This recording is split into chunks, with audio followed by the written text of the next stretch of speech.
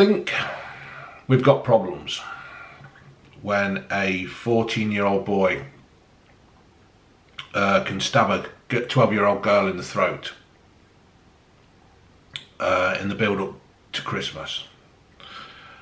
Ava White was stabbed in the throat in December last year in Liverpool, and I've read the report. It came up on Facebook, on the Telegraph, so I've read it.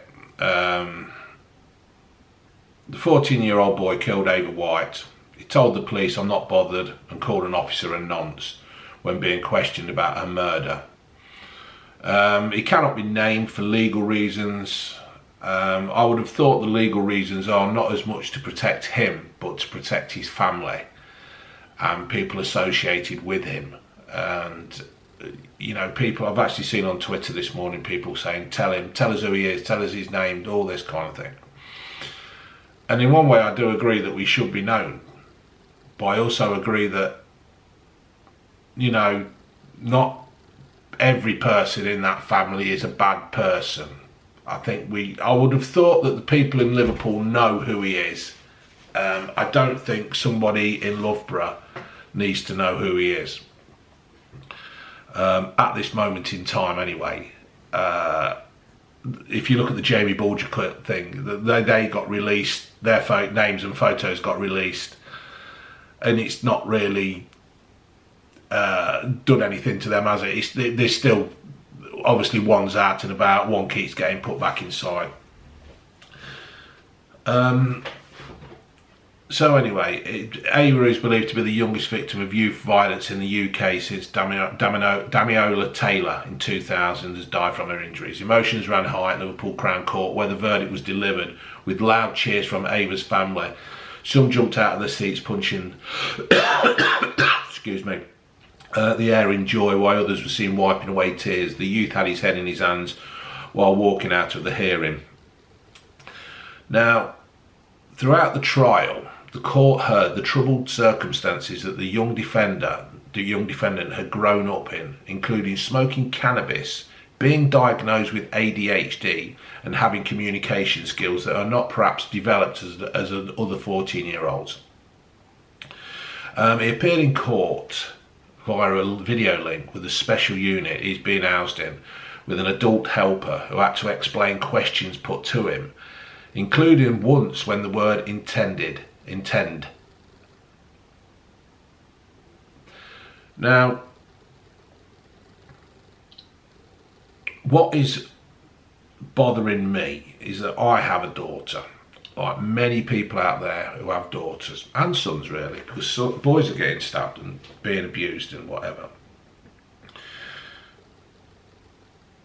But I personally blame, well, there's a couple of things I blame here. The parents, right? If you've got a child who is not developed mentally at 14, who has ADHD and other problems, you still need to guide that child. You still need to give them rules and boundaries. You know, you need to have them, you need to have a control of your child. The idea of being a parent is to guide them through the childhood until they're ready to be an adult and go out in the outdoor world. Now, people will say you can't keep an eye on them 24 hours a day. No, you can't. But you can actually guide them and show them and tell them what is wrong in the world. Carrying a knife in today's world is wrong.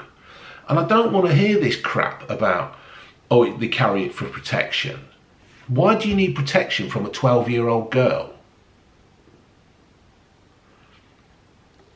Now, granted, we never knew everything what Ginger was doing, but we had rules, we had boundaries, and we had limits and everything. We had guidance for her. And at the age of 19, she hasn't turned out like a bad kid.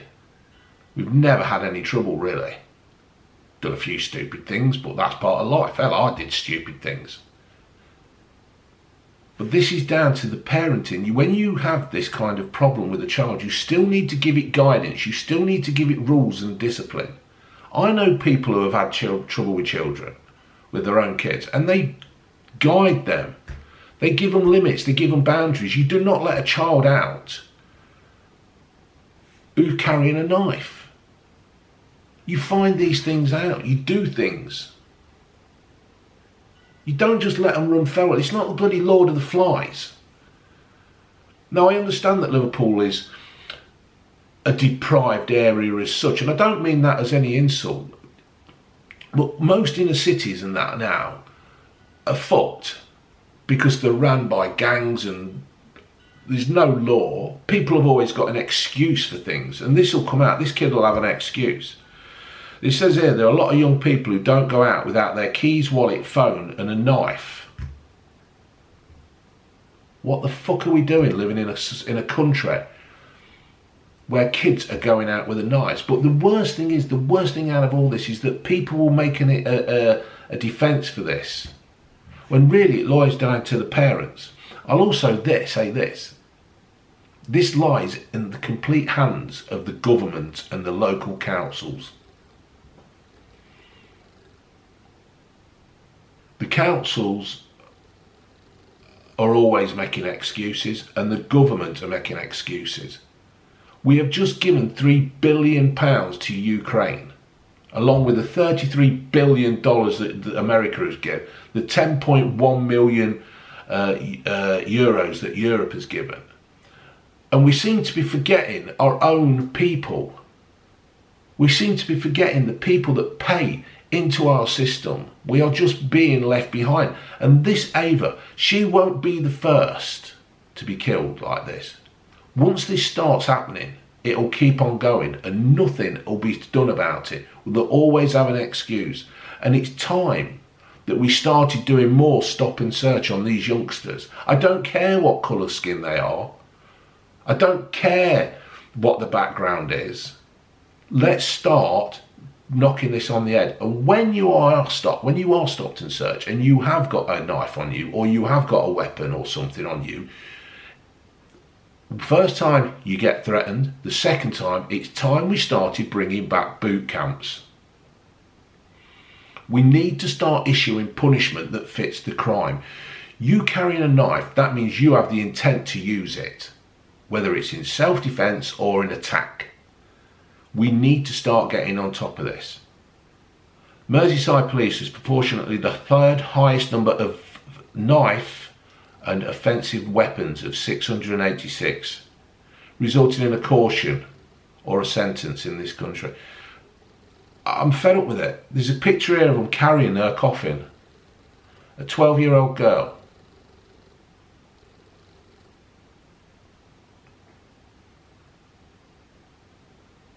On the evening of Ava's death, boy A was also out for the evening with friends, had a flick knife in his pocket, which he told the jury he brought with him because I thought I was big. It says here, it was not big, it was 4'11" at the time. He had the ability. Ava was not happy with being filmed and made that plain. And when she confronted boy A, his reaction was not to turn and run, or slap or punch her, or try to grab her arms, or ask anything in the crowd for assistance. It was to reach for his knife. I'm sickened. I'm sickened by this. They'll say the boy had learning difficulties. He actually took his coat off and disposed of it. So he had some inkling of what to do. He had some idea.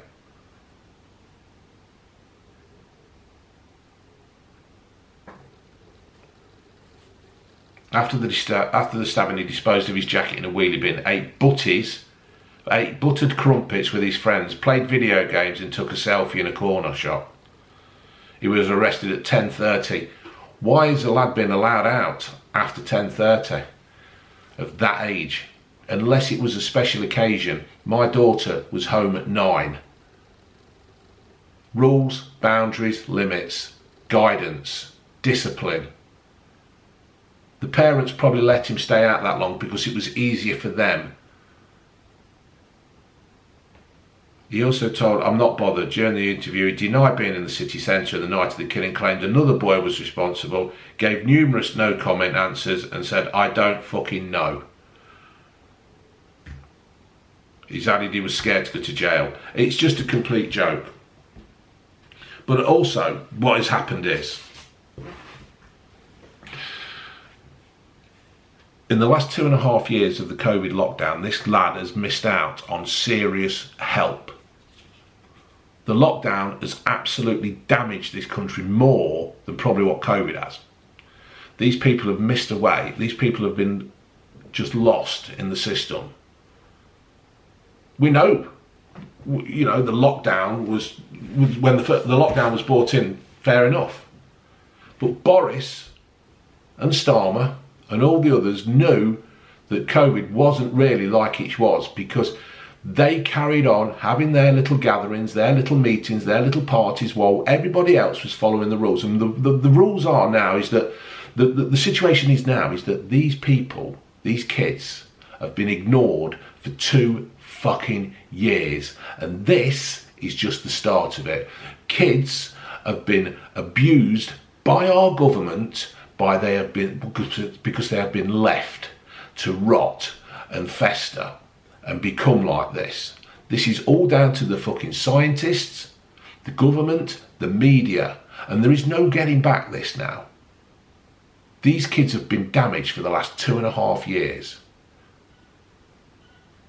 There's no coming back from this. If we do come back from this, this is going to take years to sort out, because there is people and kids who have been lost in the system. And nobody gave a fuck about them when everything was shut down, everything was locked down.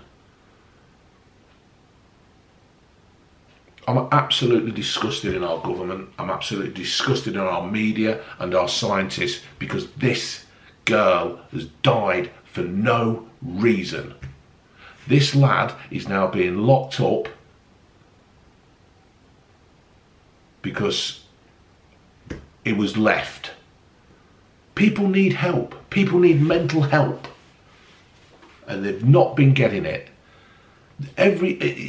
All these kids that the parents have killed the kids. That one that went and bought an ice cream and didn't buy the kid an ice cream, and then the kid's dead a couple of days later because they beat the shit out of him, because social services couldn't get to do the job because of the lockdown. We were all told to lock down.